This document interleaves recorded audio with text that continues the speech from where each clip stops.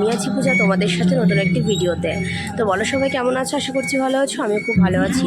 তো এসে গেছি আজকে একটা নিমন্ত্রণ বাড়িতে। তো আজকে রিসেপশনের পার্টিতে এসেছি।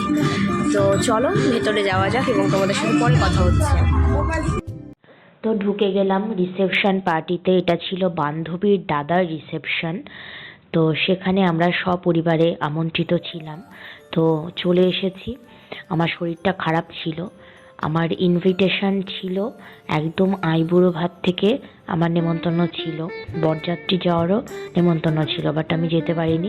তোমরা আগের ব্লগে দেখেছো আমি বেলডাঙায় ছিলাম, দেন ব্যাক করে তারপরে আমি বান্ধবীর দাদার রিসেপশনটা অ্যাটেন্ড করেছি। আর এখানে দেখছি প্রচণ্ড ভিড়, বুঝতেই পারছো মেয়েদের নাকি খুব প্রাণ প্রিয় জিনিস বলা যায় আর কি। যদিও আমি খুব একটা ভালোবাসি না, তবুও স্টার্টারে ফুচকা ছিল এবং কফি ছিল।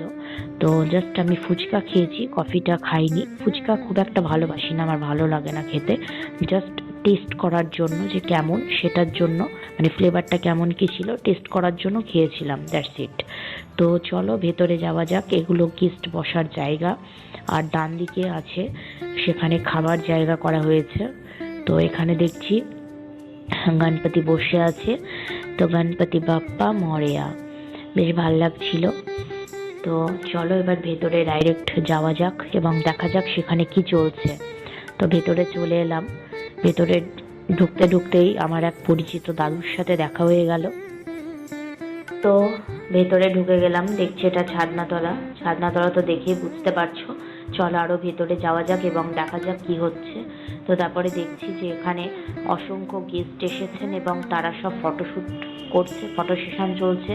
মানে এখানে যে ভিডিও নেব সেই পরিস্থিতি নেই, তাই বাধ্য হয়ে এই জায়গাটা চেঞ্জ করে আমি চলে গেলাম ওপরে। সেখানে ওপরে আমার বান্ধবীর ঘরে গিয়ে দেখছি মানে তার এখনো সাজ কমপ্লিট হয়নি। তো সে সাজতে বসেছে, পার্লারের দিদির থেকে সাজছে। আর তারপরে পাশের ঘরে এসে দেখছি সেখানে চলছে খাট সাজানো। তো নিচে নেমে এলাম। নিচে নেমে দেখছি সবাই মানে প্রেজেন্টেশন দিচ্ছে। তো সেটাই একটু নিয়েছি ভিডিওতে। তো কি বলবো, মানে ভিডিও নিতেই পারছিলাম না, প্রচণ্ড ভিড় ছিল, কিন্তু কিছু করার নেই। তো যেটুকু হয়েছে, তবে খুব ভালো লাগছে। মানে তিনজন একই ফ্রেমে আছে। একটা হচ্ছে আমার বান্ধবীর পিসিমণি, আমার স্কুলের দিদিমণি এবং আমার দিদা। তো তিনজন একই ফ্রেমে আছে। আর এটা হচ্ছে বান্ধবীর দাদা এবং বৌদি, তোমরা দেখে নিলে। তো এটা হচ্ছে বান্ধবীর দাদা এবং বৌদি, বুঝতে পারছো তোমরা। তো দেখতে পাচ্ছ মানে কি পরিমাণে ফটোশ্যুট চলছে, ফটো সেশন চলছে, বিভিন্ন রকম টেক নিচ্ছে। তোমরা বুঝতে পারছো মানে কি পরিমাণ মানে ভিড় ছিল সেখানে। জাস্ট একটা পা দেওয়ার জায়গা নেই, কিন্তু কিছু করার নেই, দূর থেকেই নিতে হয়েছে। আর সত্যি কথা বলতে গেলে একদম মানে ঢুকে গিয়ে সামনে ভিডিও করতে খুব লজ্জা লাগছিল। দেখতে পাচ্ছ এইগুলো সব ছিল ফটোগ্রাফার, তোমাদের দেখানোর জন্য ভিডিওটা নিয়েছি। তো ক্যাপচার করেছি একটু।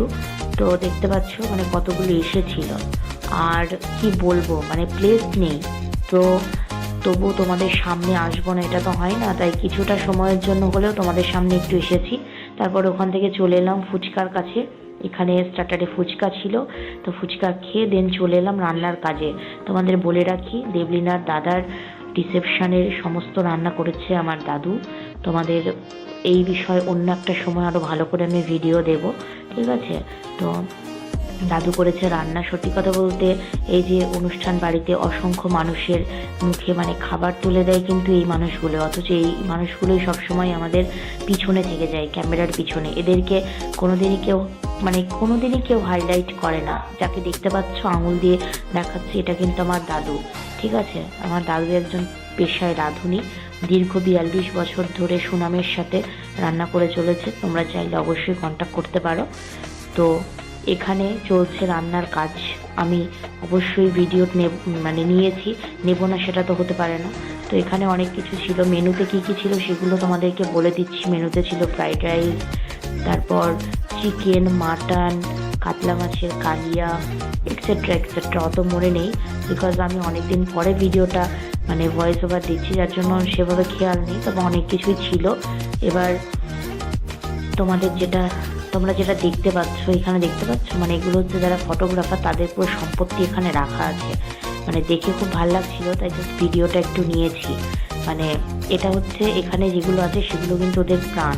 তো এখানে এসে দেখছি আমার স্কুলের স্টুডেন্টের সঙ্গে দেখা হয়ে গেছে, বসে খাচ্ছে।